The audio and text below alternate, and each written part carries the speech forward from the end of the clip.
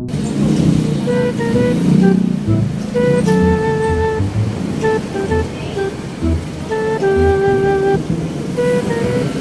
ba yan? Your time. It's time. Kahit tulog ka pa, kakatukin kita.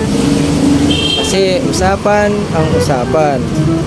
4 p.m. Deliveries and inquiries, please be back at 4 p.m.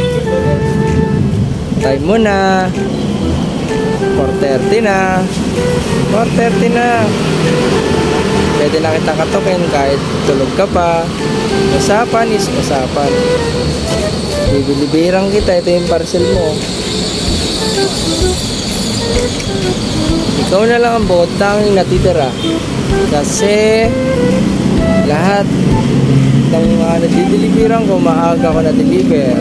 Kaso sa'yo, balik daw ng 4 p.m. Kaya sa'yo na lang yung natitira.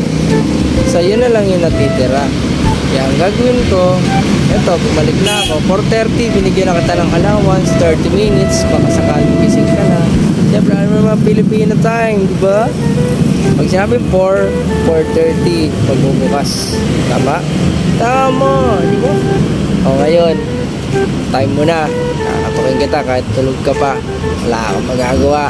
Di mo ako mapipigilan. Kala mo ha. Ito na.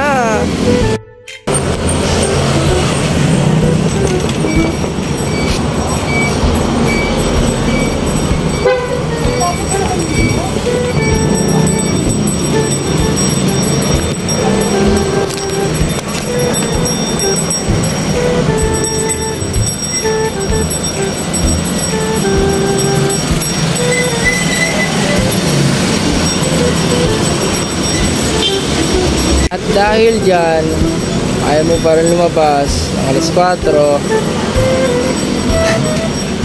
Sa kakaganyan ng ganyan nyo, lahat ng para sila order nyo, i-stock lang sa warehouse hanggang sa Martes. Diba?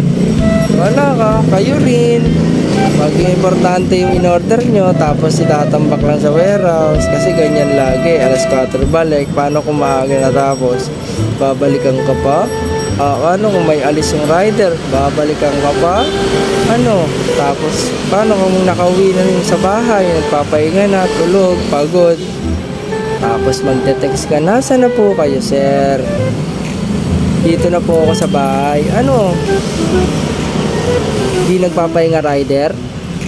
24 hours naka-duty? 24 hours nagde-deliver? Ano? Kubuti kung pupuntahan ka namin, tapos may tip yan, 50, 100. Balikan kita. Pero kung wala, tapos galit ka pa, wala nang makakarating na parcel sa'yo. Bahala ka sa buhay mo, maghanap ka ng sarili mong courier, yung 24 hours na nag-duty. Tipong, pag wala ka, pwede mamaya na lang, balik ka mga alas 10 ng gabi. Tapos yung rider, babalik alas 10 ng gabi. Walang ganon.